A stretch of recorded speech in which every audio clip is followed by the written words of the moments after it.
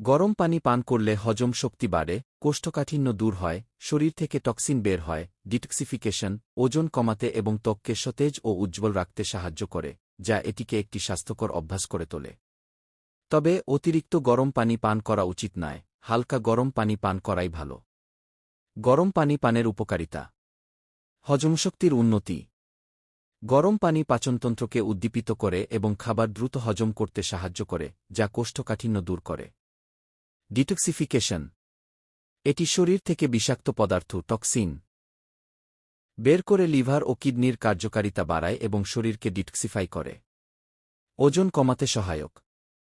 গরম পানি শরীরের ফ্যাট গলাতে এবং মেটাবলিজম বাড়াতে সাহায্য করে, যা ওজন কমাতে উপকারী। ত্বকের উন্নতি। এটি শরীর থেকে বর্জ্য বের করে ত্বককে সতেজ ও উজ্জ্বল রাখে। রক্ত সঞ্চালন বাড়ায়। হালকা গরম পানি পান করলে রক্ত সঞ্চালন উন্নত হয়। বমিভাব ও বদহজম দূর করে। গরম পানি বদহজম ও বমিভাবের মতো সমস্যা থেকে মুক্তি দিতে পারে। করণীয়। সকালে খালি পেটে 1-2 গ্লাস কুসুম গরম পানি পান করার পরামর্শ দেন বিশেষজ্ঞরা। খাবারের 30 মিনিট আগে বা পরে 1 গ্লাস হালকা গরম পানি পান করা যেতে পারে।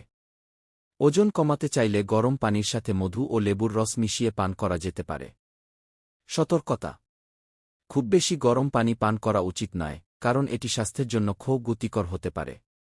অতিরিক্ত গরম পানি পান করলে কিডনির ওপর চাপ পড়তে পারে এবং তার কার্যকারিতা প্রভাবিত হতে পারে।